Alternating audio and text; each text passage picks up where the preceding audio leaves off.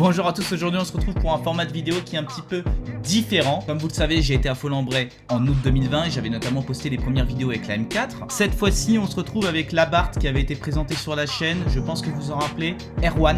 Donc son Abarth qui était lors de la présentation d'origine avec 180 chevaux et qui fait aujourd'hui un petit peu plus de 200 chevaux avec un ajout de ressort court. Vous le verrez, j'ai plutôt été surpris par cet Abarth 595 compétitionné qui s'en sort véritablement bien sur circuit. Merci le ressort court. Non, je blague. Non, sérieusement. Niveau chrono, une 8.6 pour l'Abarth contre une 6.8 pour la Clio.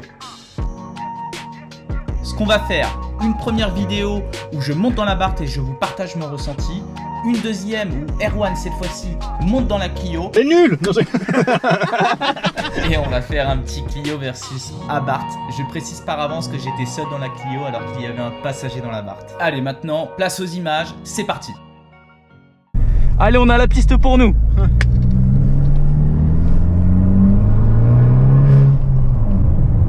Tu vois, c'est ici que moi, je galère un petit peu à repartir. Ouais, tu repars en 3 comme moi.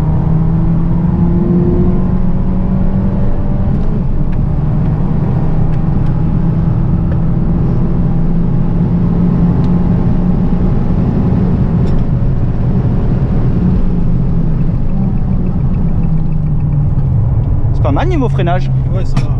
Moi, je trouve que ça manque un peu de mordant. Ouais. Mais d'origine, ça va. C'est correct, hein, je trouve. Hein. Tu vois, là, le SP, il me bloque. Là, je peux rien faire, tu vois. Ouais, donc t'attends. Voilà, pareil. Hop, il m'a bloqué. T'as quand même des bonnes reprises, je trouve.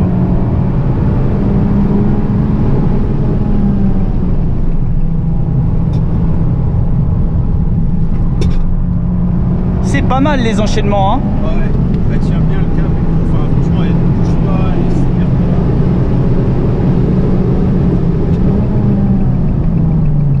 Juste les freins, tu vois, je trouve qu'il manque un peu d'endurance là.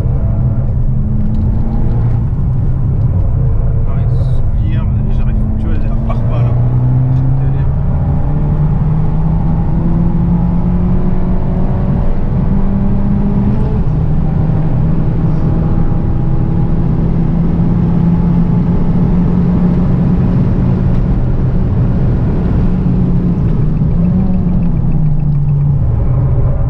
Pas mal du tout. C'est là que je te disais à bloc, t'as vu, t'as senti ou pas? Ouais. Elle voulait pas repartir. Par contre, ils ont mis le drapeau rouge. Ah bon? Je sais pas pourquoi. J'ai pas vu. J'ai ralenti. Ouais, ralenti. Je vais plutôt vous faire mon retour en voix off et non pas dans la vidéo. Pour résumer dans les grandes lignes, une Abarth avec 200 chevaux, ça marche sacrément fort. On est très proche des performances de la Clio. J'ai trouvé que niveau châssis, c'était relativement bon. Il faut quand même prendre en compte qu'on avait des ressorts courts, mais c'était très correct. Dans les courbes, la voiture ne bouge pas. Il n'y a absolument rien à dire. On ne sent pas de roulis. Le freinage est excellent. Gros point négatif par contre, parce qu'il y en a un, ça serait pas drôle sinon, le SP qui n'est pas déconnectable. C'est tout simplement handicapant en sortie de virage. On constate bien d'ailleurs quand je le suis, vous le verrez dans les images futures, qu'il y a des moments en réaccélération où il est bloqué par son ESP et ça, c'est vraiment problématique sur circuit. Tu verras, le bruit intérieur, c'est assez ouf. Enfin, c'est Ouais. surtout quand elle est vidée. Hein. Bah déjà l'autre jour quand j'avais essayé pendant le vlog, j'avais entendu un petit peu quand même. Bah écoute.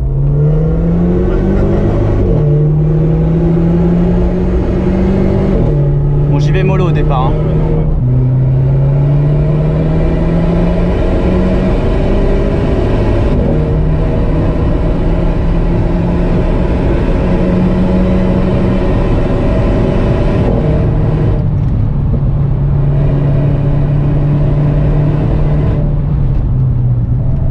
Je pense qu'ils ont un souci avec leur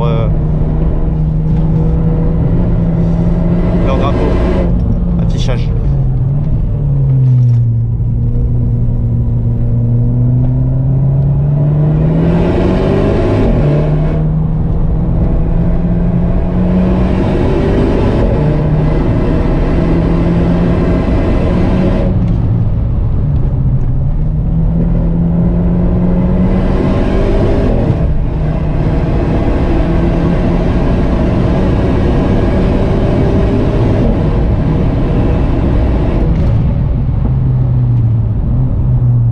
Ça freine, hein. Ouais, c'est plus mordant que moi. Hein.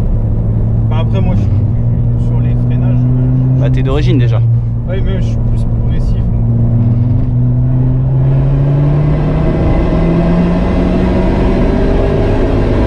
Ah, un peu de soleil.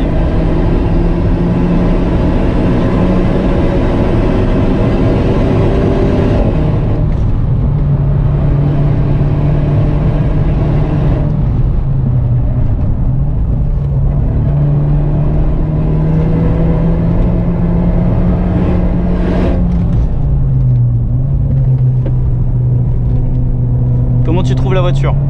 Le freinage est plus porteur que toi. Ça me paraît un peu plus linéaire. Ouais, plus linéaire, je suis complètement d'accord. Et après, je sais pas si c'est une impression, mais j'ai l'impression qu'elle prend un peu plus de roulis que moi. Ah bah oui, c'est sûr. On sent qu'elle. Par contre, niveau motricité, il n'y a rien à redire. Ouais. T'as vu, le SP se met quasiment pas en marche en fait. Hein.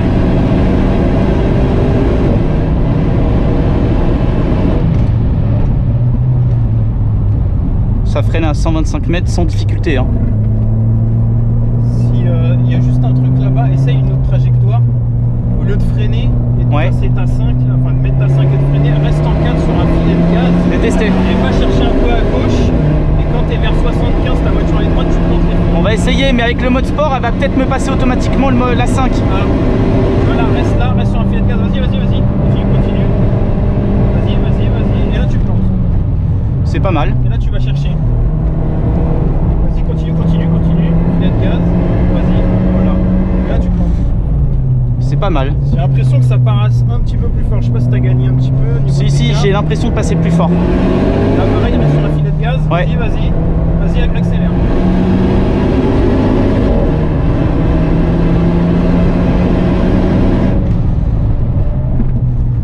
Là, il y a moyen que tu passes un peu plus fort aussi, je pense. Ouais, tu penses? Ouais. Freiner un petit peu moins et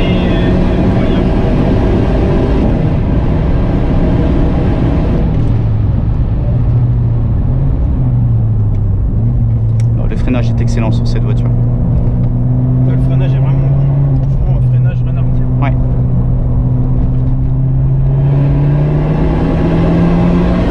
Et niveau chrono, ça donne Vas-y. une 6. Une 0922 là. Ah non, une 9. Bah, t'as gagné quand même une seconde par rapport au tour d'avant. Ouais. Avec un passager, ça va, c'est correct ça. Bah, t'as gagné une seconde. Je pense que tu vois, en gardant, peut-être que ça serait mieux et tes freins, tu les économiserais peut-être un petit peu. Ouais, c'est vrai aussi. Parce que là, du coup, t'es obligé de mettre un petit coup de frein, repartir, machin. Peut-être que là, en plus linéaire, ça irait mieux. Pour revenir sur ce que disait Erwan, il est vrai qu'on peut passer à fond. C'est le cas d'ailleurs pour lui avec la Barth. Mais moi j'aime bien mettre un petit coup de frein pour restabiliser la voiture, réduire également un petit peu mon allure, pour ensuite mieux me déporter sur la gauche et ensuite attaquer mon gros freinage. Effectivement, quand on freine quasiment à fond, je préfère avoir les roues droites, c'est fortement conseillé. Je ne dis pas que c'est la technique à adopter sur ce virage, mais en tout cas, moi ça me permet de me sentir mieux et surtout plus de confiance et d'assurer mon freinage avant de rattaquer la chicane qui suit. Bon, ça t'a plu? Ouais, c'est sympa, hein. Pour un châssis d'origine, c'est pas mal. Ouais, franchement, ouais. Comme je dis, elle prend un poil de roulis, mais tu le sens pas plus que ça. Le freinage, il est top. Ouais. C'est le peu de motifs que tu as dessus, c'est nickel. Mais avec... c'est légèrement linéaire. Ouais, c'est linéaire, ouais, exact. Par contre, la boîte automatique, je pense que c'est un vrai avantage pour faire ouais, c'est efficace. Parce que tu es concentré sur ton truc. Moi, je dois aller chercher à chaque fois ma vitesse. Plusieurs fois avec ton collègue, là, j'ai mis la 5 au lieu de remettre la 3. Ouais. Non, mais c'est efficace, ça. Ouais, c'est une bonne voiture. Ouais, bien sûr. Une bonne voiture. Je vais refaire un tour de décélération. Ouais, vaut mieux. Je pense que tu la connais bien aussi. Oui, je la connais bien. Mais t'imagines avec des semi-slicks ou des slicks et des combinés, une machine de guerre ici. Hein. Ouais, tu mets des semis et juste des combinés et puis c'est bon. Pas besoin de grand chose. Même d'origine, hein, un mec qui l'achète d'origine, il s'amuse. Ouais, bah d'origine, ouais, tu peux t'amuser.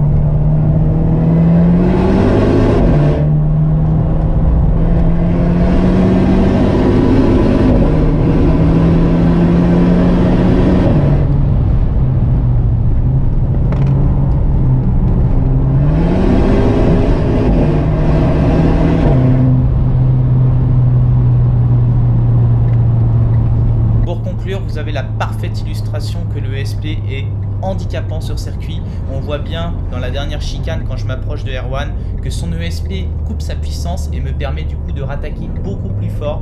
Pour information, j'étais en mode sport, donc ce qui veut dire que mon ESP était connecté également, mais il est beaucoup plus permissif. J'aimerais également revenir sur le fait que oui, la Clio a fait presque 2 secondes de mieux sur le meilleur tour que l'Abarth, mais j'ai eu la chance de rouler toute la journée alors qu'Erwan de son côté avait roulé que le matin. Ce qui veut dire que potentiellement l'après-midi, il aurait pu améliorer son chrono comme ça a été le cas pour moi. Allez, on se quitte sur un petit fond de musique avec quelques petites photos et vidéos.